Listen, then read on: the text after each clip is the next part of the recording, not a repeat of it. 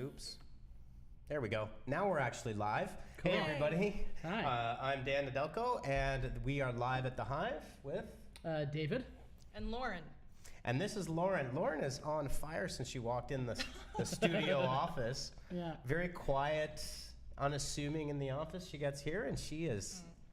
Yeah, I'm a performer. Yeah, that's what I'm doing. Now we learn something new about someone every single day. So Lauren is actually one of our newest team members. So Lauren, why don't you tell everybody a little bit about yourself, of what you used to do and what you do at Honeypot now? Okay. I have been at Honeypot for about a month now, and I used to work at a food bank doing social media, web design, writing for fundraising letters and everything like that. And now at Honeypot, I do basically the same stuff, but for like 11 different companies that are for profit. So. We have some humanitarian causes in them. Well, yeah, but there's no no like food banks. So it's a little different, but it's pretty much the same. So we've got Hannah and Ryan. Ryan Gay, how are you, buddy? Ryan, I did live streaming stuff and kind of DRM-free music sales back in the day. Oh, very cool. Yeah, very cool. Street Pharmacy, check them out. Great white boy reggae band. And there's Courtney Castle as well. Courtney is overseeing us from a distance today, making sure that we're on track. But we have beers. Haha, Kristen. David actually brought in a bag of beer for the first time. Originally, when we started this 45 long episodes ago, it was called Bees and Beers. Yeah. Now we're bringing it back. Now we're bringing it 45 back, episodes later. as we should. Hi, Hannah. How are you? Okay, so let's just. Why don't we just get started on what's new today? What's first up, guys? I think first we've got the discussion around Facebook Audience Network and adding some visibility there. Facebook Audience Network, yes. So, let me just flip this over. We do have to level up and have an actual producer at some point soon instead of my terrible work. Let's see here. So yes, Facebook Audience Network. So when you're advertising on the Facebook Audience Network, typically you would not have the ability to see where your ads were appearing. There's a big black hole. Yeah. Always a bit of a problem. Courtney says, welcome to the live, David and Lauren. And then, yes, good work on the beers. Yes, yes. We're astonishingly proud of ourselves for this one. Yes, I definitely am. Who knew? Who knew? I have a whole new view. Lauren after dark. Lauren after dark. Lauren, once you put a beer into her, is totally Get a few more different. into her, and then she can just go live here by herself. Yeah, yeah. There we go. Yeah. Awesome. So yes, being able to download the publisher list on the Facebook Audience Network, definitely probably another step in Facebook just increasing their transparency. Yeah. I imagine people are going to be surprised to see what they've been buying all along. Because I mean, generally, it depends on the client and what your goals are, but oftentimes Facebook Audience Network underperforms versus Facebook native. Part of it being, I guess, like content or context, right? Like you're showing an ad across virtually any spot within an app or a website versus Facebook is mid-feed when people are tuned right in. Yeah.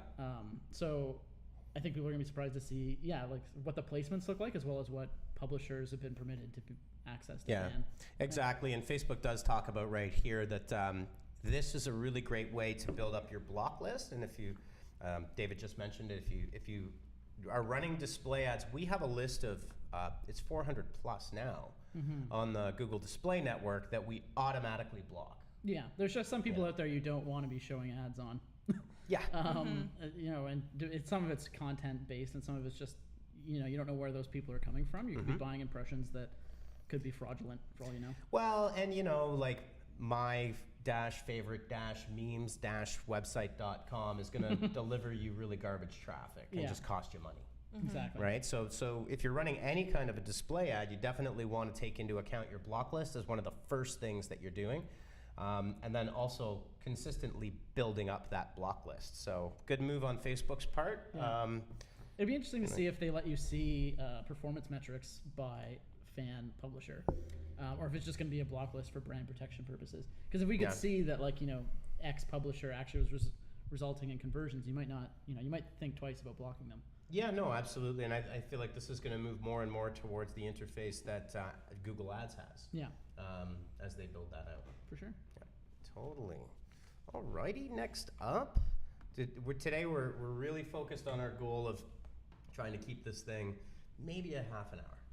If we can. Maybe, if yeah. we can. Let's see a good normal television broadcast. Yeah, let's see if we get off track here. So Lauren, next up, this is kind of your wheelhouse here. Snapchat introduces new revenue stream, curated our stories. Yeah. Yeah. Okay, so what's happening here is Snapchat has gotten 20 new partners, including CNN, Cosmopolitan, Lad Bible, other big players like Daily Mail. And so all of these people are going to curate streams using user content. So they're going to just make watchable streams. Yeah. Good job. Yeah. That was her first featurette. That's good. There's nothing wrong. Nothing wrong there. Yeah, I think we were just talking about this before we hit the go live switch here. Snapchat has been forced by Facebook and Instagram into the role of innovator because as soon as they release something very shortly thereafter, it's on Instagram. Yeah, stories. Like when Instagram took that over, it's like, who are you trying to be? Snapchat? Yeah, exactly. And that's yeah. Well, and the answer is yes. There's a very famous story, like the there's no love lost between Evan Spiegel and Mark Zuckerberg. And I can't remember how much they initially offered. I think it was something like $5. I don't want to misspeak. Oh, when they first tried to buy it. Yeah, they tried to buy it, and Evan Spiegel basically said nope. Yeah. I mean, he has a vision for it, and you could sort of see that with the glasses they released. Was it a year and a half ago? Yeah, something like that. That they want to kind of push into being like a physical product company, and they want to be all about the sort of video experience. I think they'll just have to eventually find that component of the business model that can't be replicated. Yeah, no, for sure, and I guess it's a fine line between copying them blatantly, which is exactly what it is, but they're doing it successfully, right? Yeah, for sure. So it certainly is working, and in fairness to Instagram, they have released some unique features themselves. IGTV being probably one of the biggest ones. Some of the overlays as well and things. Yep. And stories, yeah. Yeah, for sure. It'll be interesting to see how people feel once they start seeing themselves pop up in these curated stories. Yeah. I mean, it's much like when you wind up in an article on CBC because you've tweeted something. Yeah. You don't really, once you put it out there, you don't have permission or rights to decide where it goes. And you'd be pretty excited though. I mean, it would be at least. If for some reason Cosmo wanted to retweet me, I don't know why. Maybe I put a face mask on or something. Not retweet, but curate my snap. Yeah. And you're like, where are those residuals? Yeah. No, for sure. And you know what? Being able, the publisher partner list here is pretty extensive, and obviously this is just a starting point for them. But it's interesting to see different creative ways that Snapchat is coming up with to monetize, but also potentially. Rolling this out for further opportunities for brands to jump in and lots of interesting stuff happening there on that front. It'd be interesting to create ads just based on like a library of user content similar to like using stock photos like natively in these platforms. Yeah, and I think this also addresses another thing that's been kind of a hot topic lately is the quality of influencer partnerships can sometimes be a little bit tricky as to whether you're seeing value from them, right? So potentially an opportunity to advertise against publishers or influencers in the future. So Courtney finds it similar to Twitter Moments. Yes, it is similar to Twitter Moments. So they're all copying each other. Yeah. Let's just leave it at that. Okay, so next up, this has kind of saddened me a little bit. Google is saying bye-bye to Inbox by Gmail. And I don't know if anybody uses it. No, I got to plead a bit of ignorance. I'm not terribly It's just familiar. the Google Mail app. Yeah. I use it on iOS. It's actually a really great little app. It's actually better than the built-in mail client for iOS. Yeah. But it shall be no more because Google is always wanted to move everything into basically what is their Chrome OS or web apps, right? Absolutely. Yeah. So, Matt's saying great addition for the news hounds from the PR guy. More ways to keep up with the story. Yes, that is absolutely true. But yeah, Inbox by Gmail was can't remember when it's experimental for Gmail. Shutting it down. I didn't never really realize it was experimental because I use it all the time. Yeah.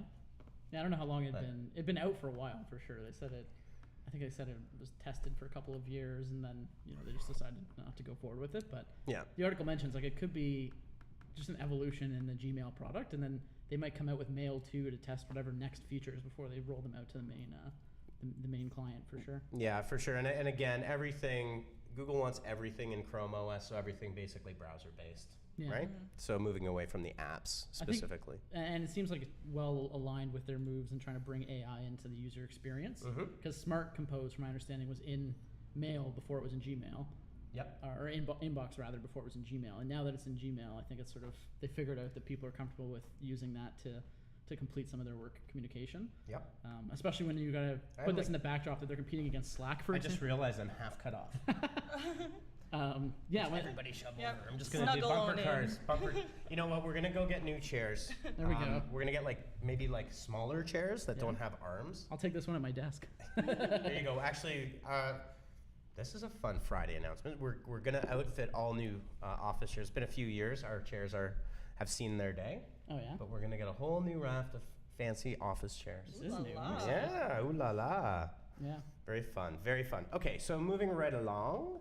So we've got some other big news from Google Ads again, just on their merry way. Where are we here? Let me just find it. There we go. So more fun stuff from Google with responsive display ads rolling out as the new default display format. Mm-hmm. Yeah, this is going to have a large impact on clients or on any sort of advertiser who is very involved in controlling how their brand is displayed on display ads. Yeah. When the kind that like to, make sure they're using the proper fonts and proper brand colors and things, putting them in these like almost sort of native formats where you don't get control over text, or so you don't get control over the font, might not appeal necessarily at first. Yep. Yeah. So the experience that we've had in a number of circumstances is these responsive display ads are very highly converting. They do work. There's lots of different theories as to why that may be. One, you could always take the philosophy like Apple, our users don't know what they're doing, we're going to tell them what to do. Yeah. Which is a bit of a harsh statement, but somewhat true. Secondly is also that they've tested these and they're rolling out the formats that do work. The cynical side might say maybe they give it preferential treatment over standard display ads that may not be the right size or have a heavier payload or something like that. So definitely definitely something worth trying. Yeah.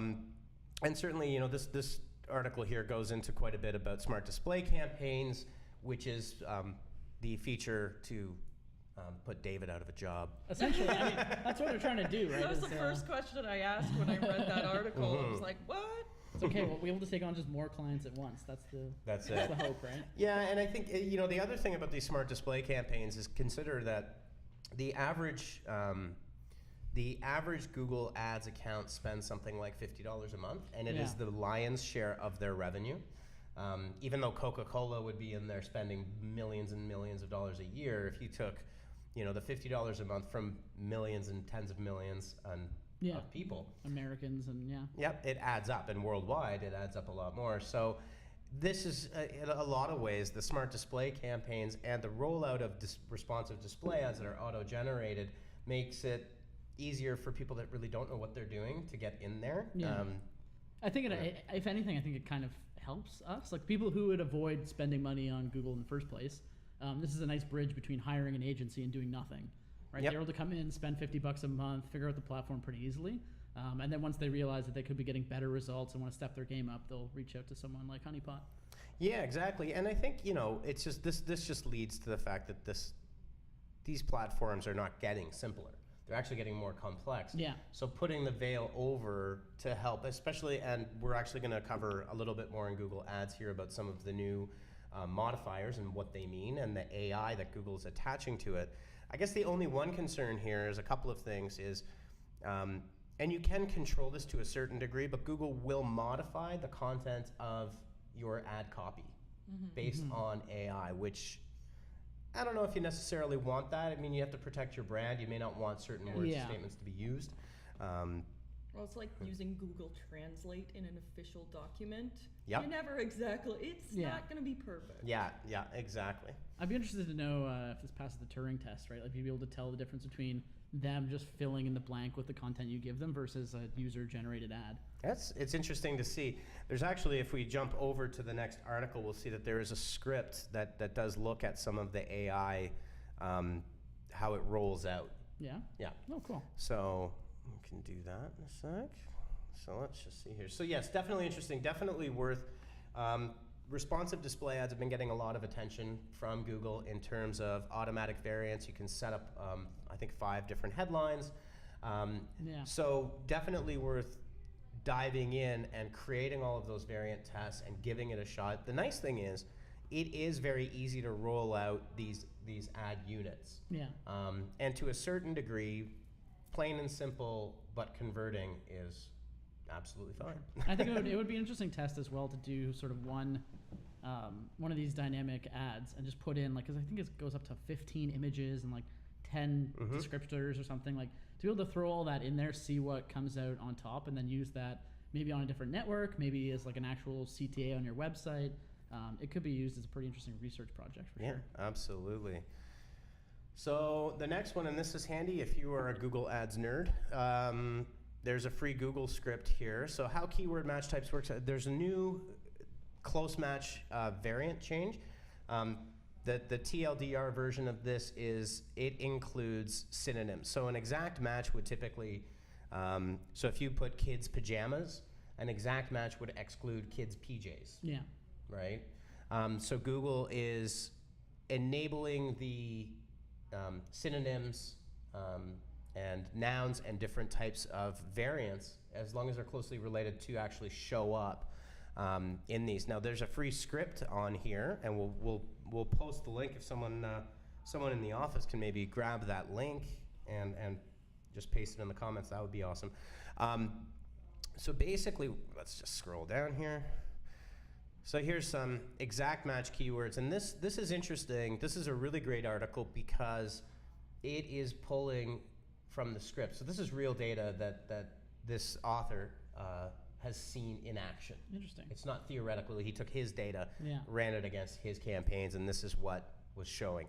So for example, exact match keywords, instead of, so blank kids pajamas, blank kids PJs, intent of pajamas and PJs. So this is Google's AI at work, actually, Yeah. saying, hey, you intended that's the same thing, right? Well, it'd be like much like the underlying systems they built for search, just they're sort of starting to roll it out towards the ads. Yeah. Yeah. Yeah, and if you saw, if I don't know if you guys saw Google I/O, where they actually had Google Assistant calling and booking an appointment at a Chinese food restaurant, Yeah. which, Really? yeah, obviously very challenging for an AI assistant, Yeah. natural language processing, to talk to someone with a heavy Asian accent. Yeah. And it did it.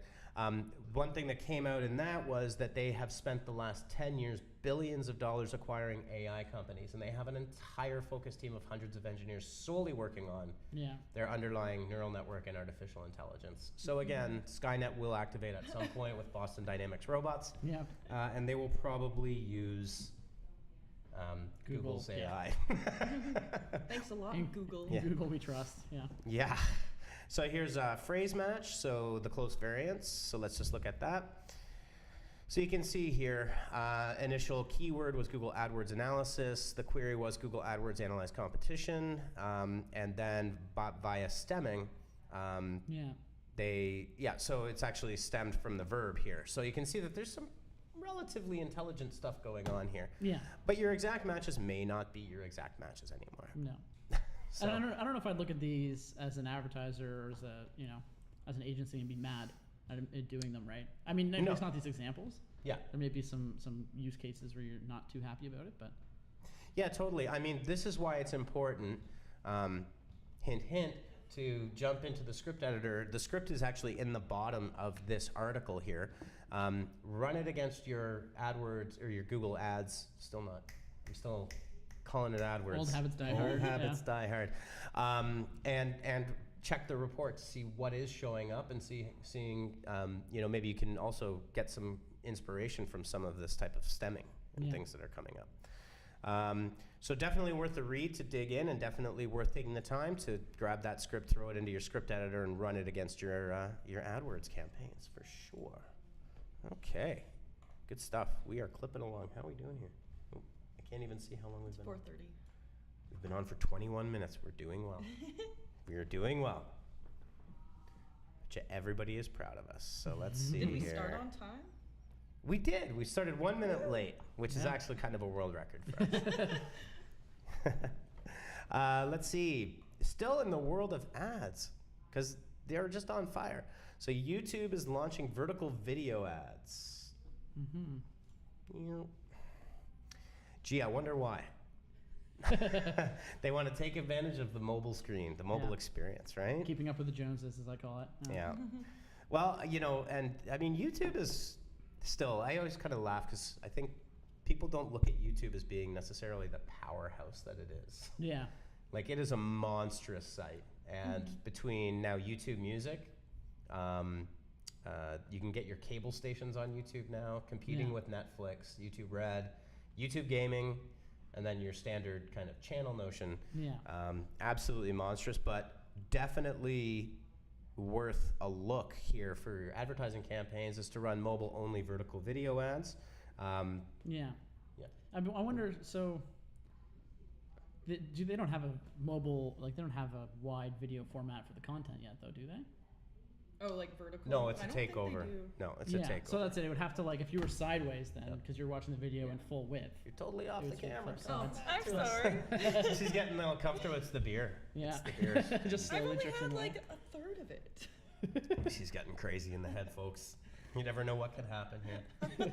You start throwing haymakers. Are you? I might. Really? We want you to continue this in a bar down the street.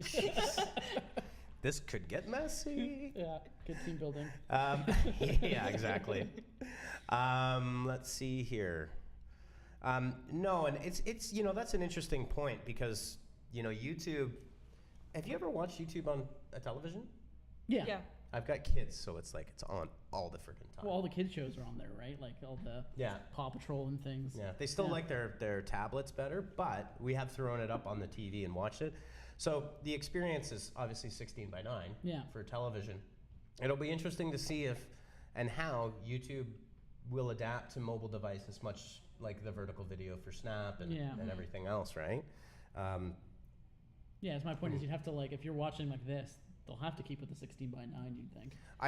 Like, you think this long form format, at least for now, will only be for people who, for some reason, are just watching 16:9 small wise on like a large format device, right? Yeah, I think what they're saying here is recommended to use different video ratios for video and universal ad campaigns, so customize your campaigns by delivery. But really interesting to see.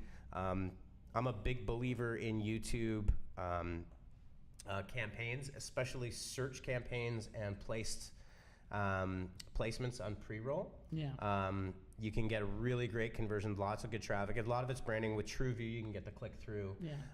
And now this just expands those options a little bit more for some cool and interesting stuff. Yeah, YouTube's even good for display when you can match a display ad to the intent, right? Because there's videos about everything, especially business stuff. There's hundreds of thousands of views on how to do Excel things or discussions around different niche business topics. Yep. It's a really good bridge into B2B display. Yeah.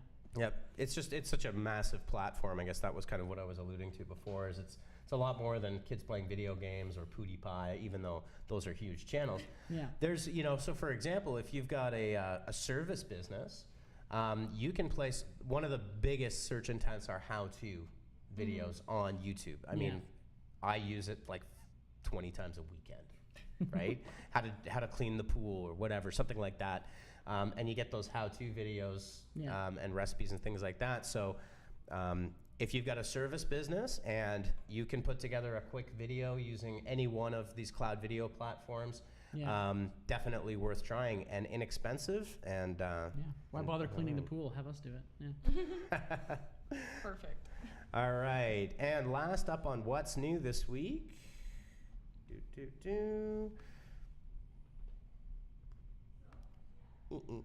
Facebook renames Canvas ads instant experience ads.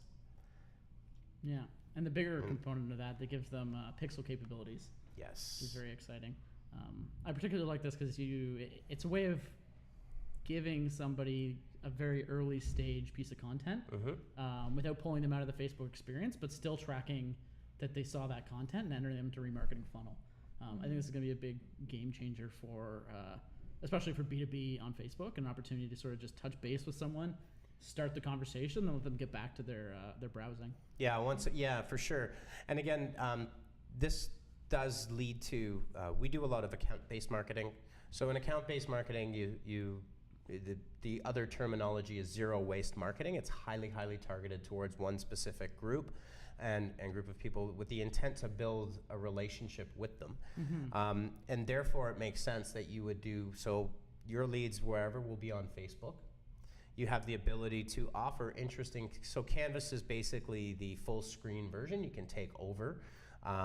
And having the ability to remarket and having the ability to add additional features. They are more advanced. You can simplify them. They can be simpler, but you can do quite a few advanced things, including full screen video. Yeah. Lots of neat stuff in there. For sure. So, and lots of new templates there. Oh, there's good old Marketing Land's full screen popovers.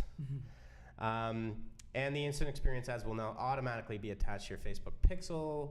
Thank goodness, because again, if you're not attaching the Facebook pixel, you're wasting your ad dollars. Yeah, we had this conversation a couple weeks ago about Insta pages versus AMP pages and the ability to show ads if you're a publisher. It's the same thing. It's once you enable this sort of functionality for marketers and publishers, you get a lot more buy-in to the ad unit itself, for sure. Yeah, exactly. So Matt's saying instead of videos being optimized for new iPhone screens, we got optimized ads. Well. You got to pay the bills, my friend. You got to pay the bills. Hey, Susan Chilton just joined us. Hi, Sue. How are you? She stopped by my house randomly. Susan is an instructor at Conestoga. You guys didn't go to Conestoga College, did you? Nope. Wow, that's like you at Guelph. The first ever. we have a ton of Conestoga grads on the Honeypot team, and Sue is one of the favorite profs over there at Conestoga and an old family friend. So nice to see you, Sue. Let's see. Well, I think that does it for what's new. I'm sure there's more things that are new, but we thought those were the highlights for the week. Still a pretty busy week. Yeah. Very busy week. Ridiculously busy week. Oops. Okay, so what are we going to talk about now? And we are right on schedule. There we go. I can't believe it. 28 minutes. Not bad at all. Yeah, so we're on to what's working. Live video. Live video. So the question is, and this, I bet you everybody could predict what we're going to say. Should you be using live video in your marketing strategy? You tell me. Nah, don't bother. It's a total waste of time. Sue. Hi, Dan. Love your house. Thanks, Sue. Appreciate it. We got lucky. They accepted the offer. Anyways. Yeah. Should you live stream? There are a myriad of reasons why you absolutely should. Yep. Not the least of which is preferential treatment on social networks. Yep. These networks love live video, and you will appear quite a bit. Yeah, it's one of the few things that a Facebook page can do and send out a notification about, right? Like, the audience finds out that you're on a live video because Facebook wants to make that a good chunk of the experience. Yeah, absolutely. The other thing is, and we talk a lot about this, is what we call, well, it's part of our content repurposing strategy, and it's using cornerstone or anchor content or bigger pieces of content that you have to help drive and define your entire content schedule. So rather than, and we see a lot of this, is rather than starting at the top down, so for example, social media is often shorter, snackable content, right? And so if you're doing a top-down approach and trying to figure out, oh my God, what's my social media schedule gonna be this week, right? What am I gonna do? And creating content specifically for social first, you're gonna be spinning your wheels quite a bit. Like, it's a lot of work to do. Yeah. So as an example, working from a bottom-up strategy is, you could use a live stream like we're doing right now. Yep. That is 45 minutes, sometimes an hour's worth of content. Take that, turn it into snackable chunks. You could do a blog post, you could do an email series based on the content in there. Yeah. And then you can take highlights of that and turn it into your social media well, at least one of the themes within your social media content strategy. Yeah, exactly. Yeah, revisit it without having to Blooper reel. reinvent the wheel. Yeah. Yep. Yeah, blooper reel would be a quite a Blooper reel, section. yeah, we would have a few of those. Actually, we're coming up. We're 7 episodes away from 1 full year. We only missed 1 episode. We call it the lost episode. Yeah. The power went out in our unit here at the tannery, and only us. And we found out that the breaker box is in D2L. So I had to get in. Couldn't get in there. Yeah. So, anyways, that was the only time. Susan Chilton and Matt Stefanich are reconnecting on the comments. That's really nice to see. So yes, live streaming for all of those reasons. And then the question is, how do you do it? So there's a couple of ways you can do it. The easiest way to start with is a good Android or a good iOS phone and a set of headphones. Yeah. Right? Quality lighting, and come up with a good topic. And if you're a small retail business, service business, April says, "Well, we blame Neera Shanker for the power outage." Yes, the Shanker curse. Yep. Which has been broken. It was. Yep. She was on and she survived. Yeah. The dark magic is real, she says. Yeah, if you're gonna, you could do a lot of good live video from a phone, especially if you're just a personal brand. I mean, I think of Gary Vee. A good chunk of his content across all his mediums is just him with his phone between meetings and stuff on a plane or whatever, right? Just answering questions that come up. Yeah, my wife has built a very successful business by not just, but one of the big things is she goes live almost every single day. Yeah, and has built up a substantial audience. And so you don't have to have a ton of fancy equipment to do this stuff. And I think the biggest thing with this strategy is just do it. Like you can't just think about it and mull it over and hope it's going to work. That's actually what happened with us here. We have done live streaming for many, many years. Back in the mid to early 2000s when it was really hard to do. You had nothing, you couldn't just like pop and go live. Yeah. And then so one of the things was we started this, if you go back to episode 1, when we were doing it in my office on the King Street office, it was we went through a few iterations. We made a lot of mistakes. There was there was one point when we were using natural light, and then around November well, it started actually just getting dark. It got tough to do. Because the sun was going down right at this time. So you take your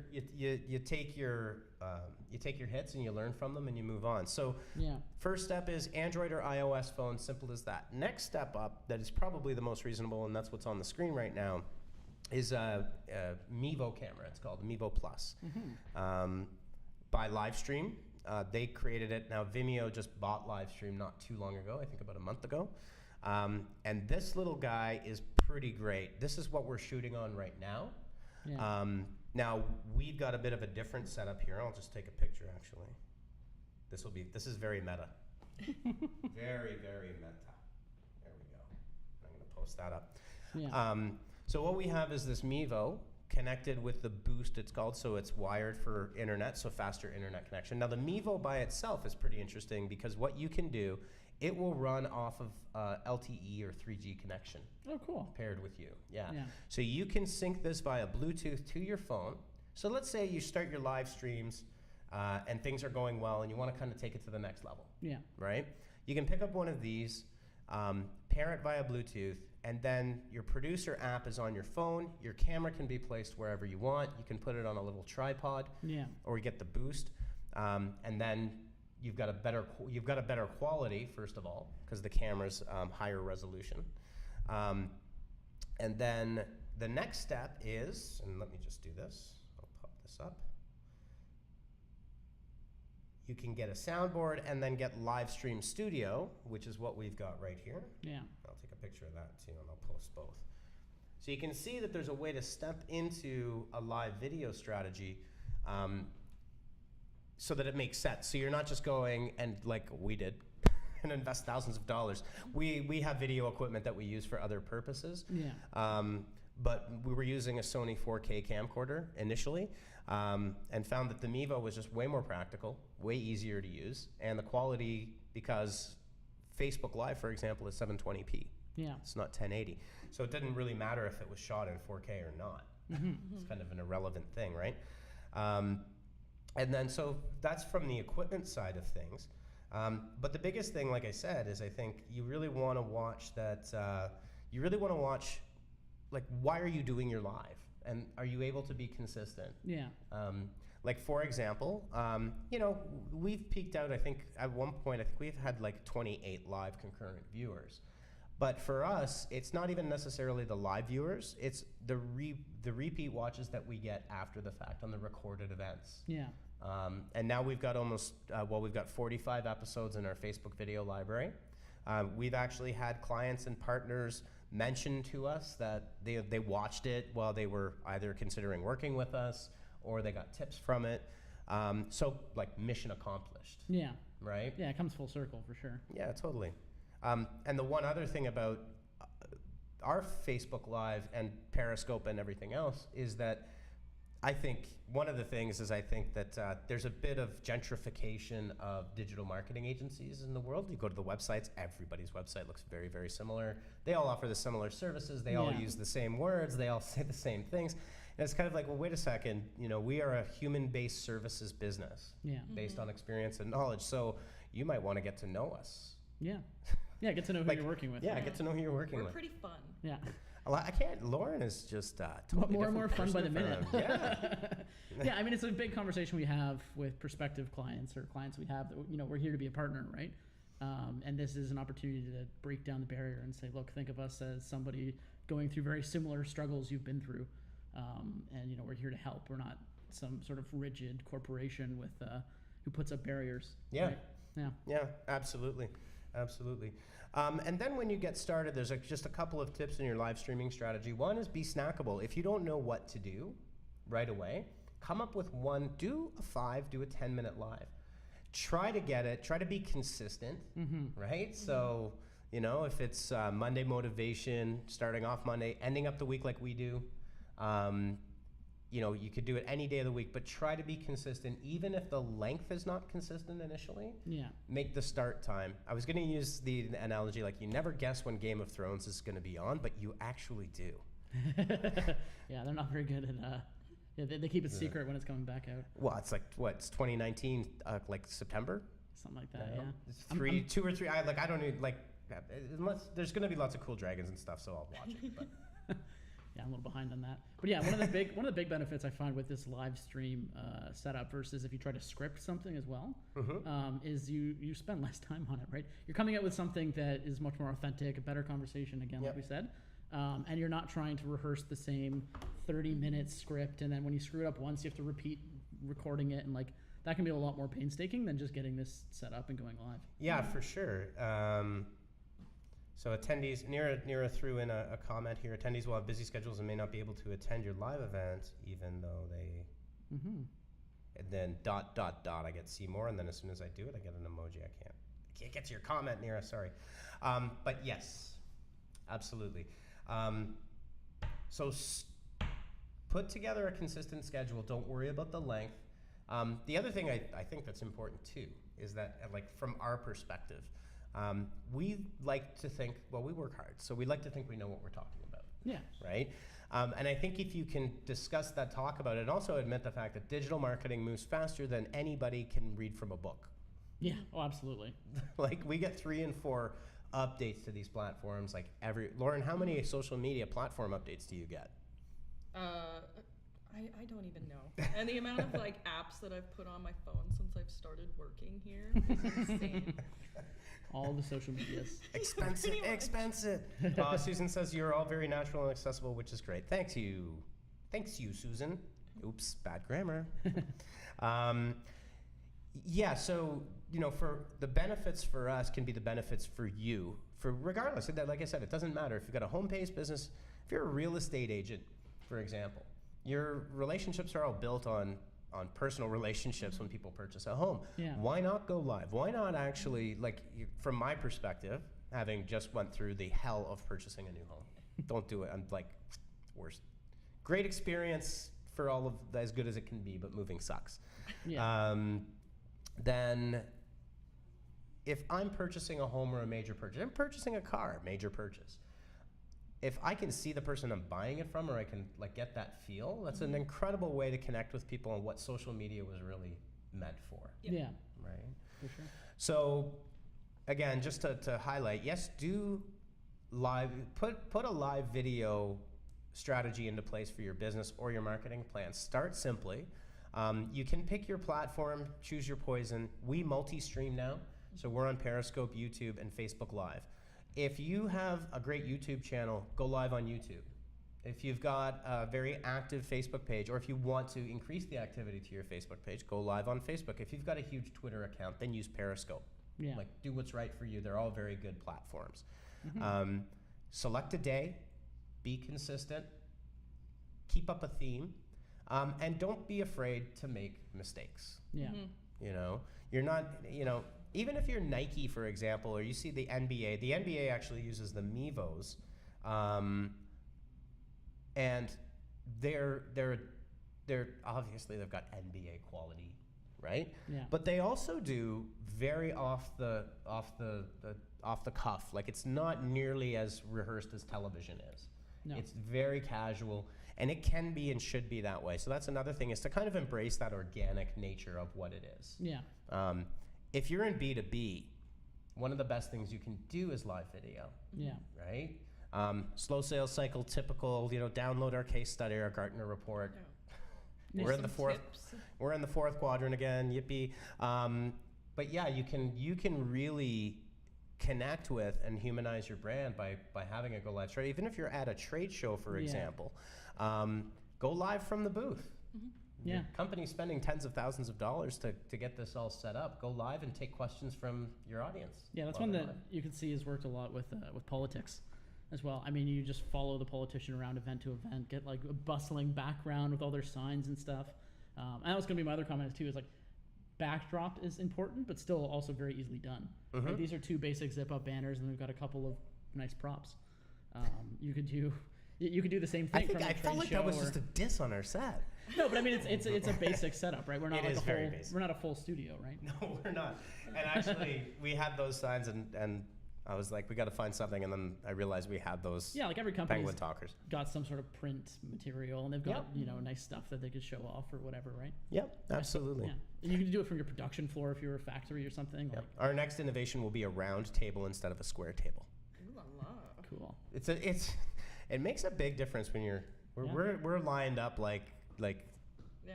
Humpty Dumpty's over here, sitting on the Sardines. wall, sardines. Yeah. And we're gonna get the stools first, because these arms are bashing And I in. keep rolling out of the shot. Yeah. Well, There's a little bit of a natural slope on the tannery Yeah. floor here. I'm just like trying to get out of here. Like, we'll Yeah. we'll make our way to the Joe Rogan show. Yeah, with our 11 concurrent viewers. Yeah. I don't think Elon Musk is going to come on this show and smoke a blunt.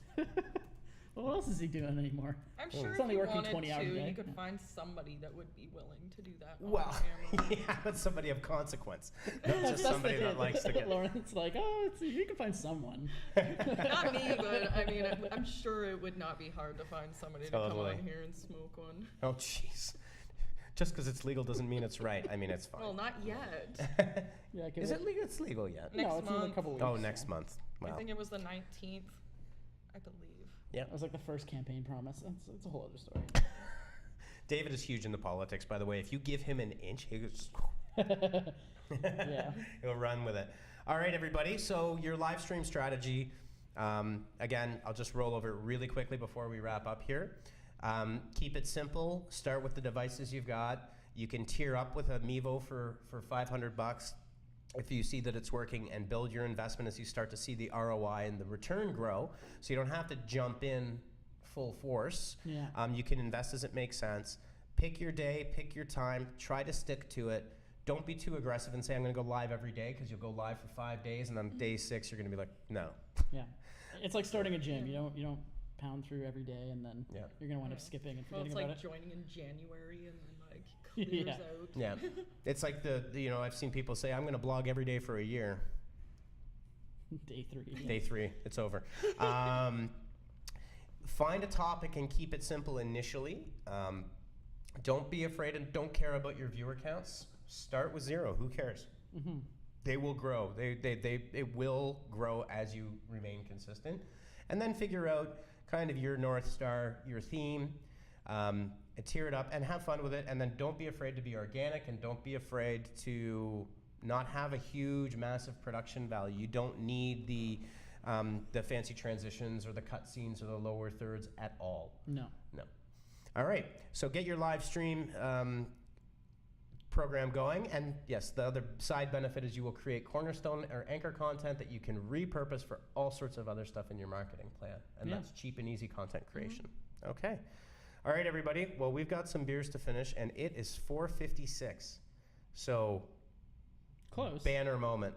Well, a little over. 46 Well, 46 minutes minutes isn't bad. I think if you graph it, we're starting to get more succinct. Yeah. Courtney says, round table, mind blown. Yeah, I know. It's a huge, listen, okay? It's a huge, we have square tables. We work with what we've got. Just like we said, we tier up into the budget. Yeah. The budget will maybe allow for a round table. Or new office chairs in the office. Yeah. Which would you take?